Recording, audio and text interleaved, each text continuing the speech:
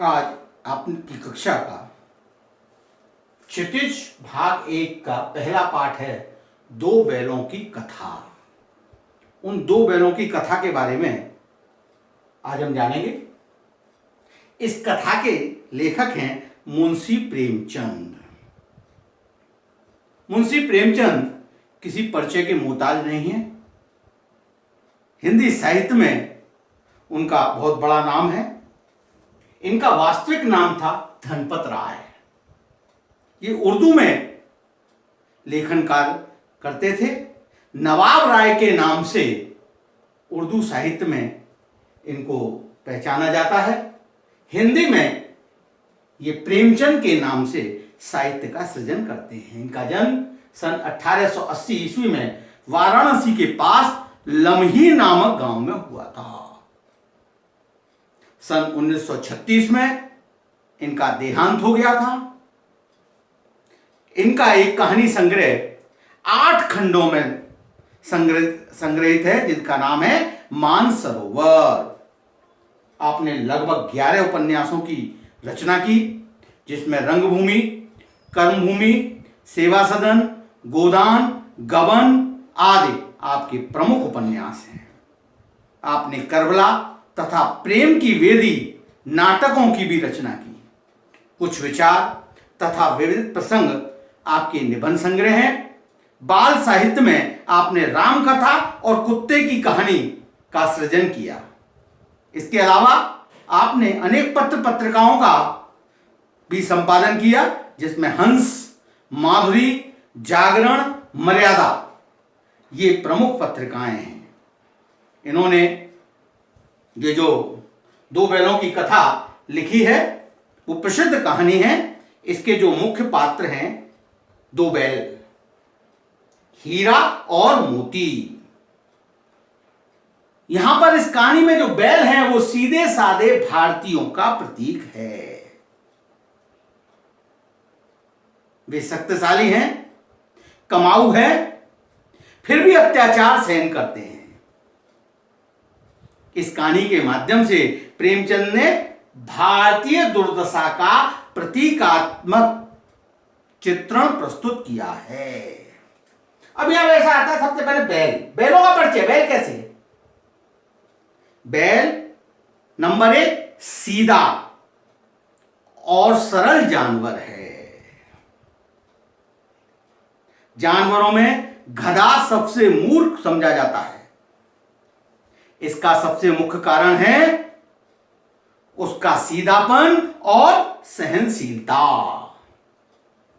यहां सुख दुख, हानि लाभ सभी में एक जैसा रहता है। गधा जो है, चाहे सुख हो, चाहे दुख हो, चाहे हानि हो, चाहे लाभ हो, हर स्थिति में वो एक जैसा रहता है। इसी सीधेपन और सहनशीलता के कारण भारतीयों को भी अफ्रीका और अमेरिका में अपमान सहना पड़ता था। गधे से थोड़ा सीधा है, परंतु थोड़ा सीधा एक और प्राणी है जो है बैल। यह कभी कभी अड़ जाता है। गधा नहीं अड़ता, यह कभी कभी अड़ जाता है। इसलिए इसका स्थान सीधेपन में गधे से कुछ नीचा है। टॉप पर सीधेपन में गधा है और ये गधे से थोड़ा नीचा है। अब ये दो बैल हैं, उनके नाम है हीरा और मोती। नंबर दूसरा विषय आता है, ये आपस में सच्चे दोस्त हैं। झूरी के पास रहते हैं। झूरी के पास ये दोनों बैल हैं। एक है हीरा, एक है मोती। दोनों पछाई जाति के सुंदर और होशियार बैल हैं। लंबे समय से साथ साथ रहते हुए उन दोनों में गहरा स्नेह हो गया है, प्रेम का भाव डेवलप हो गया है। वे साथ साथ खाते हैं, खेलते हैं, एक दूसरे से चाट सूंघकर अपना प्रेम प्रकट करते हैं तथा आंखों ही आंखों में एक दूसरे के प्रति सुख दुखों को समझ लेते हैं। अब इनके साथ क्या व्यवहार हुआ? इनके साथ पाठ में क्या क्रियाकलाप किए गए? हीरा मोती के यहां रहते थे। ये सबसे पहले हीरा मोती को झूरी की ससुराल में जाना पड़ा। झूरी की ससुराल में झूरी ने एक बार इन दोनों बैलों को अपनी ससुराल भेज दिया। बैलों ने समझा कि मालिक ने उन्हें बेच दिया। बैल क्या, बैल समझते हैं कि मालिक ने उन्हें बेच दिया, इसलिए वे अड़ गए, वे जाने को तैयार नहीं हुए। झूरी का साला गया, उसका नाम था गया, उन्हें आगे धकेलता तो वो पीछे लौटने लगते।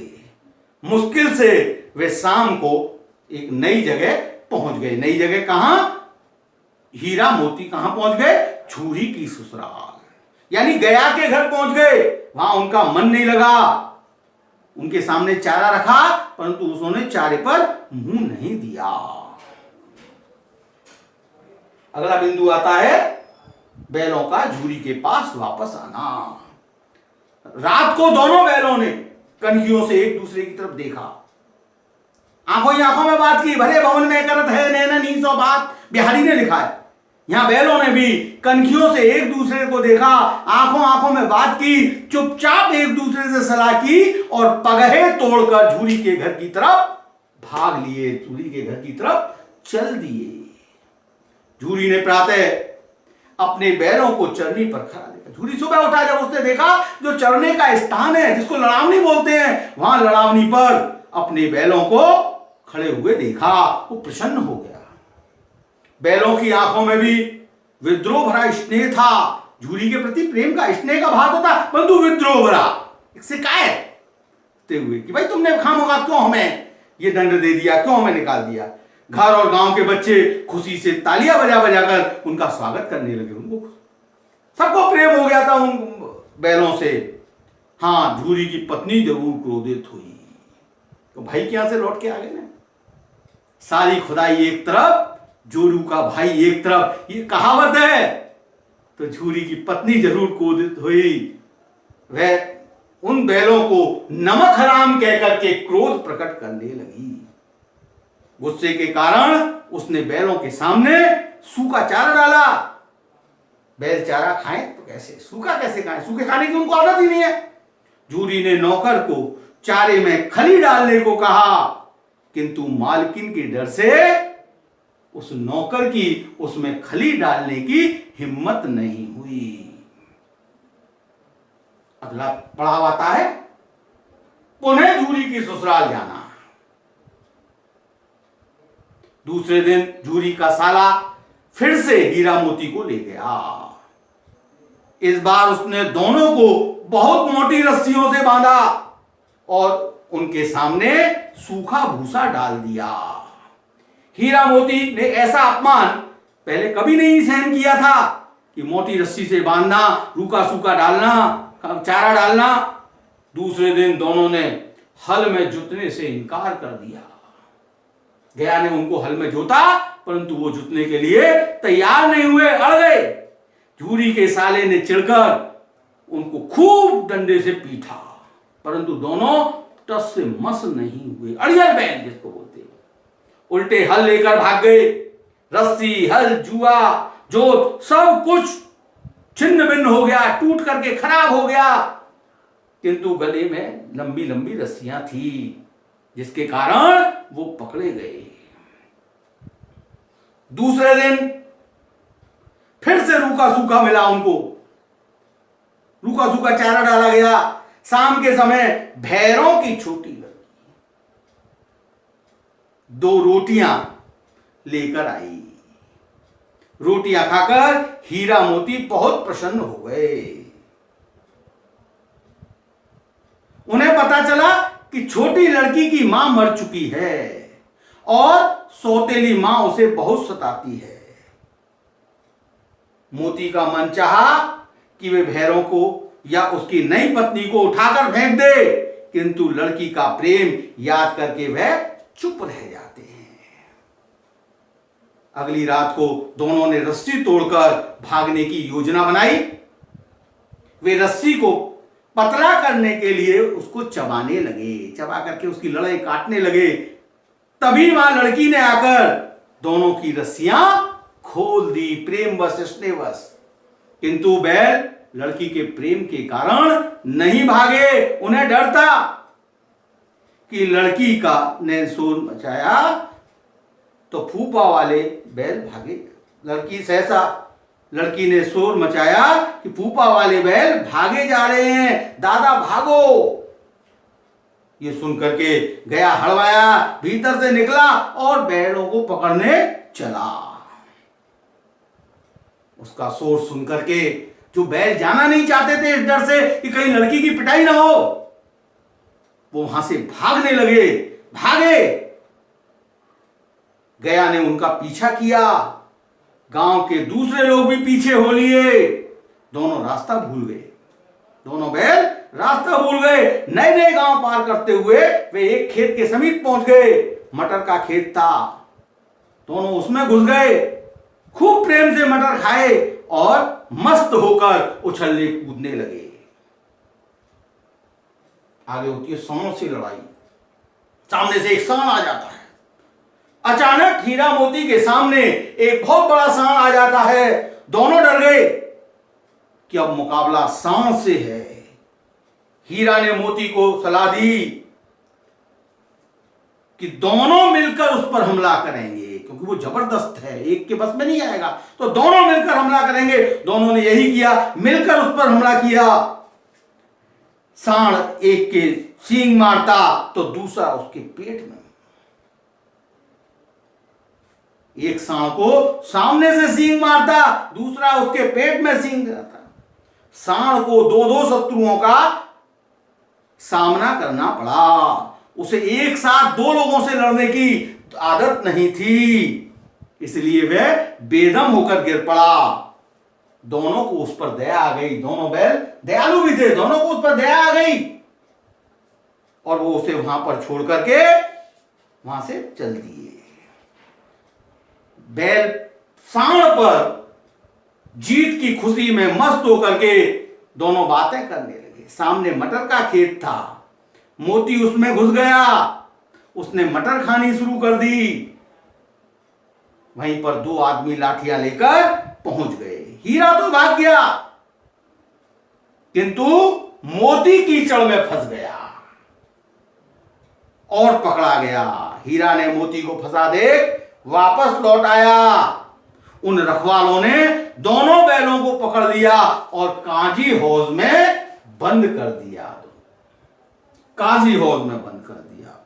अभी काजी हौज जहां आवारा पशुओं को बंद कर दिया जाता है वो काजी हौज होता है। काजी हौज में उन्हें खाने के लिए कुछ नहीं मिला। वहां पहले से ही कई भैंसें, बकरियां, घोड़े तथा गधे सभी के सभी भूखे प्यासे मुर्दों की तरह पड़े हुए थे।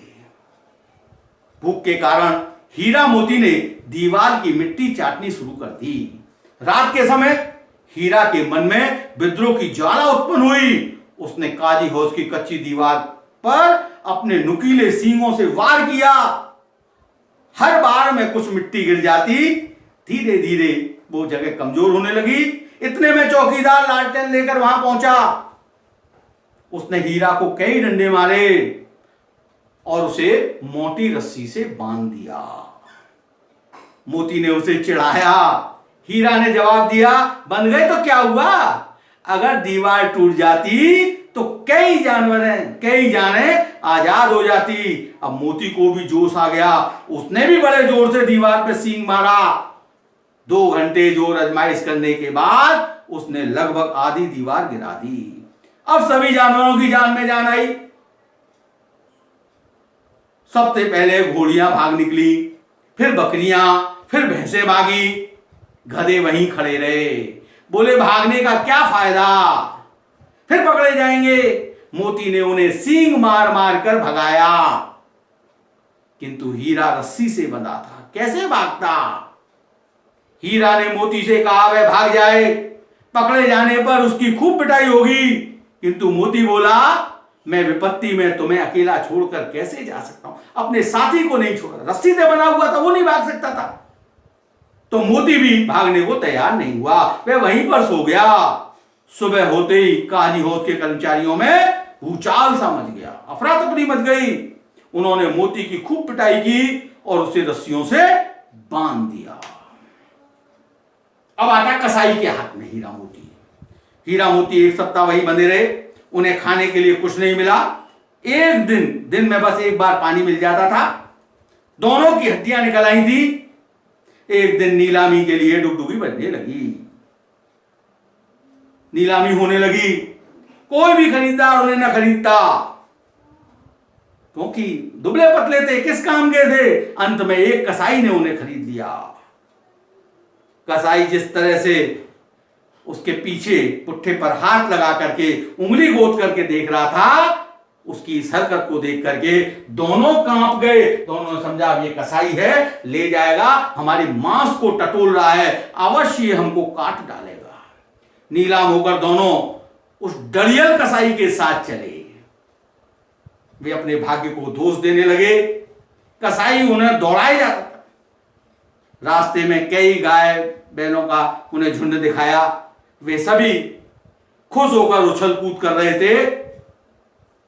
हीरा मोती सोचने लगे कि वे सब कितने स्वार्थी हैं कि उन्हें हमारी परेशानी की कोई, वो उनकी परेशानी के बारे में नहीं सोच रहे थे, अपने में मस्त थे। उन्होंने ये नहीं देखा कि एक कसाई हमारे 2 साथियों को ले जा रहा है तो सब मिलकर आक्रमण, नहीं, वो अपने में मस्त थे। कुछ जगह नहीं, चले चले जा रहे थे।